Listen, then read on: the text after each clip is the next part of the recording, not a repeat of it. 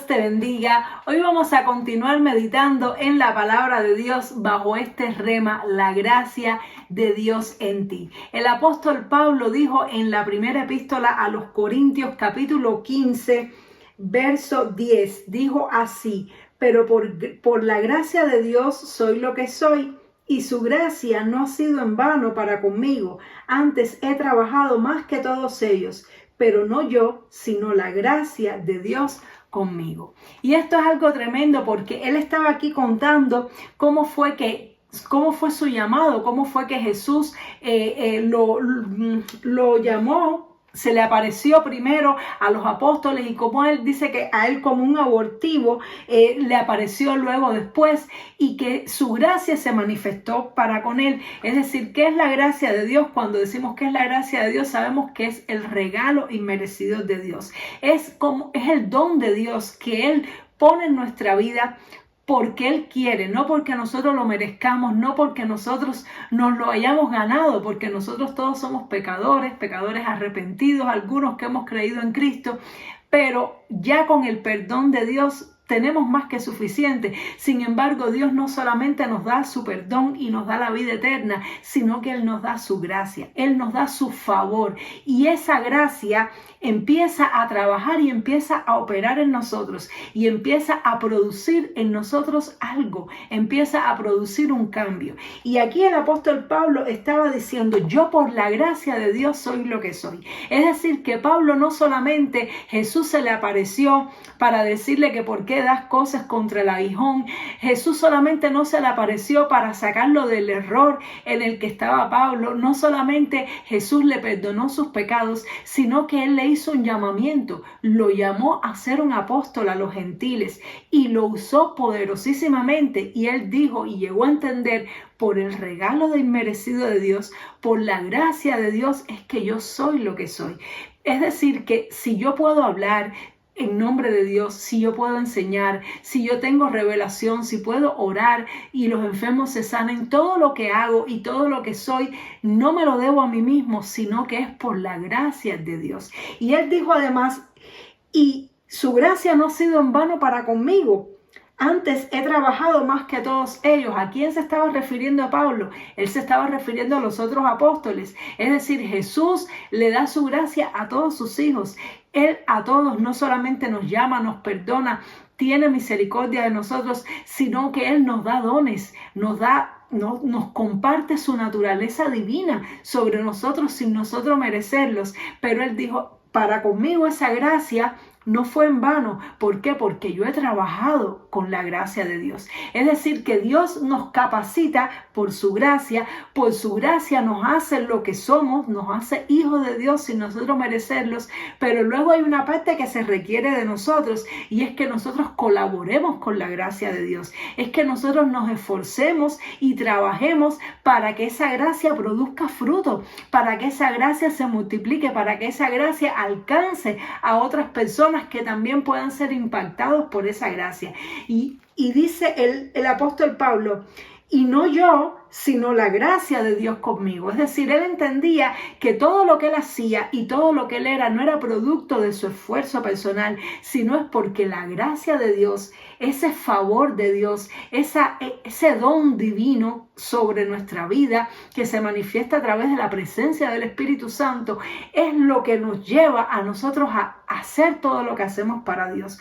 ¿Cómo es posible que nosotros, que venimos de una vida de errores, de pecados, que en otro tiempo hicimos cosas feas delante de Dios, cómo es posible que hoy podemos estar haciendo la obra del Señor? ¿Cómo es posible que hoy podemos estar predicando la palabra del Señor? Es por la gracia de Dios. Por la gracia de Dios soy lo que soy. Por la gracia de Dios puedo compartir su palabra. Y cuando yo meditaba en estas cosas, yo decía: Señor, yo te doy muchas gracias por lo que tú me has concedido, por lo que tú me has querido dar, porque es tu gracia.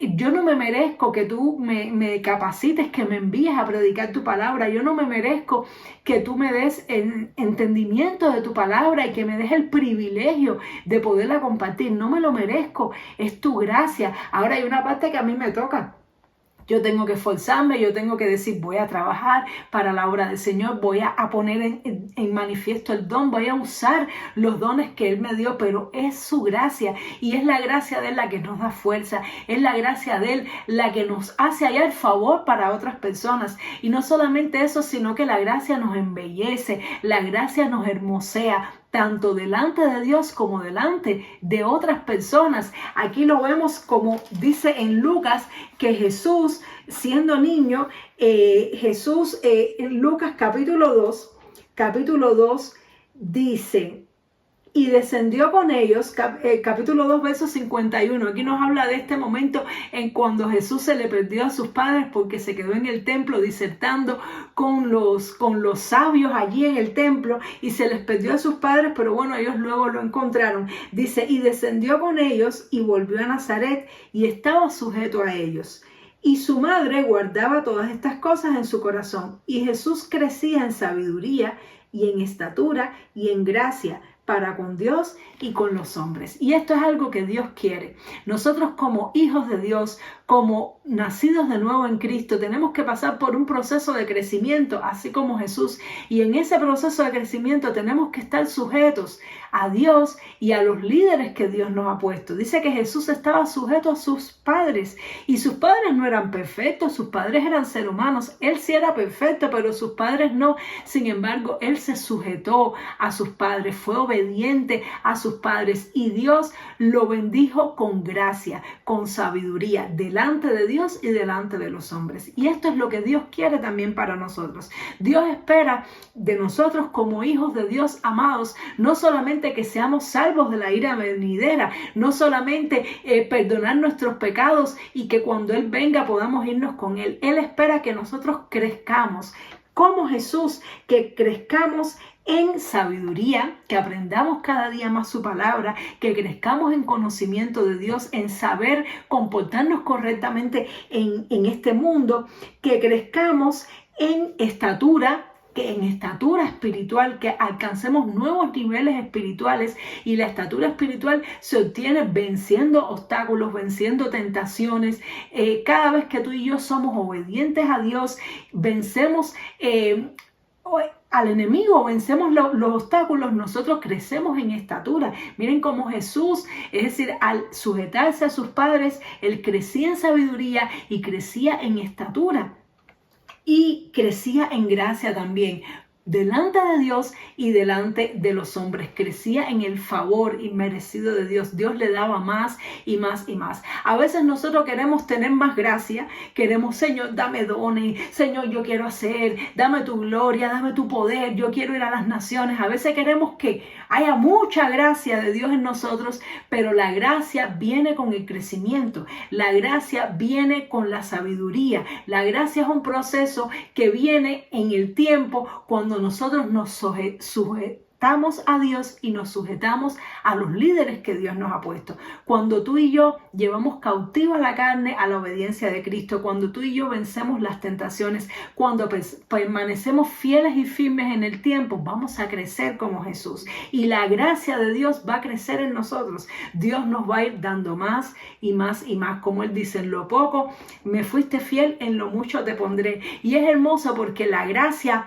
no solamente nos capacita para ser lo que somos en Cristo, la gracia no solamente nos fortalece para poder servir a Dios, sino que la gracia nos hermosea. La gracia es un favor. Cuando decimos: ay, esta persona qué gracia tiene, y la gracia es atractiva, la gracia es bella, la gracia hace que otros vengan a nosotros buscando esa gracia, buscando ese favor de Dios, buscando poder disfrutar de eso, porque la gracia es la misma luz de Dios, es el Espíritu de Dios. Entonces tenemos que tenerlo presente, porque en la medida que también aumenta la gracia de Dios sobre nuestra vida, aumentan las personas que vienen a nosotros, y tenemos que saber que esas personas no nos están buscando a nosotros, sino a la gracia que está en nosotros. La gracia que está en nosotros hace que las personas vengan, que las personas se sientan atraídos, que las personas digan: wow, qué bendición. Y tenemos que tenerlo presente para que no nos lleve al envanecimiento. No vaya a ser que tanta gracia y tanto don y tanto favor de Dios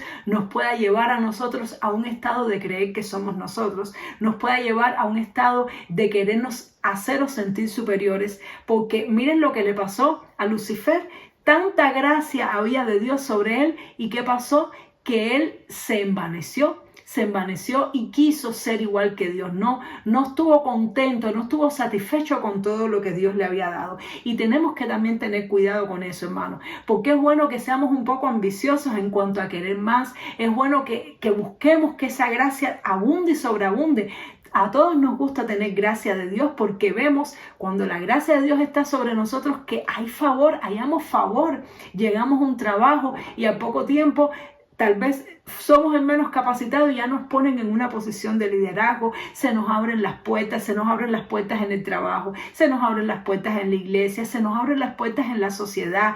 Llegamos a los lugares y las personas ven algo lindo, ven algo diferente de nosotros. No somos nosotros, es la gracia de Dios. Y a veces nos enamoramos de esa gracia y queremos más gracia, pero la gracia tiene un peligro. Número uno, que nos podamos envanecer si no la sabemos manejar, si no sabemos humillarnos y entender que no somos nosotros, como dijo el apóstol Pablo, no soy yo, es la gracia que hay en mí. Entonces podemos pensar que la gente viene porque somos nosotros y no entendemos que ellos vienen buscando la gracia, vienen buscando a Dios. Y también nos puede pasar que no nos sintamos conformes con el nivel y la medida de gracia que Dios nos ha dado. Que no nos sintamos conformes y querramos más y más y más, a un punto de que estemos insatisfechos y entonces nos pasa un poco como a Lucifer. Tenemos que entender que la gracia de Dios es, por su gracia, reparte dones diferentes, y a uno le da una gracia para una cosa y a otro se la da para otra. A uno le da para ministrar, a otro le da para echar fuera demonios, a otro le da para predicar, a otro le da para enseñar, a otro le da la gracia de Dios para cantar. Nosotros tenemos que saber que nosotros somos participantes de la multiforme gracia de Dios, y la multiforme gracia de Dios se manifiesta diferente en cada uno de nosotros, y debemos estar agradecidos de lo que somos, agradecidos de lo que Dios nos ha hecho, porque es por su gracia. Nosotros no nos los merecemos. No podemos estar envidiando y anhelando lo que Dios no nos ha dado, sino estar agradecidos por lo que Él nos ha concedido, porque nosotros realmente no merecemos nada. Nosotros lo que merecemos es la muerte, el infierno, el castigo por nuestros pecados. Así que meditemos en esto, sepamos que lo que tenemos es por su gracia, estemos agradecidos con lo que Dios nos ha dado. Es bueno pedir y querer más, pero estemos satisfechos y contentos de haber sido escogidos, de haber sido llamados. Y si somos fieles y trabajamos como el apóstol Pablo, que con la gracia se esforzó y trabajó, Dios nos pondrá en lo mucho y creceremos en sabiduría, creceremos en estatura, y luego, ¿qué hará Dios? Nos dará más gracia para que podamos ser buenos administradores de la gracia de Dios, porque la gracia de Dios necesita ser administrada correctamente para que no se nos vuelva en un peligro para nuestras vidas. Espero que esta palabra te sea de delicia, de aliento, de edificación, como también fue para mí cuando la recibí. Y que Dios te bendiga mucho. Nos vemos en los siguientes programas para continuar estudiando la palabra de Dios. Dios te bendiga mucho. Chao.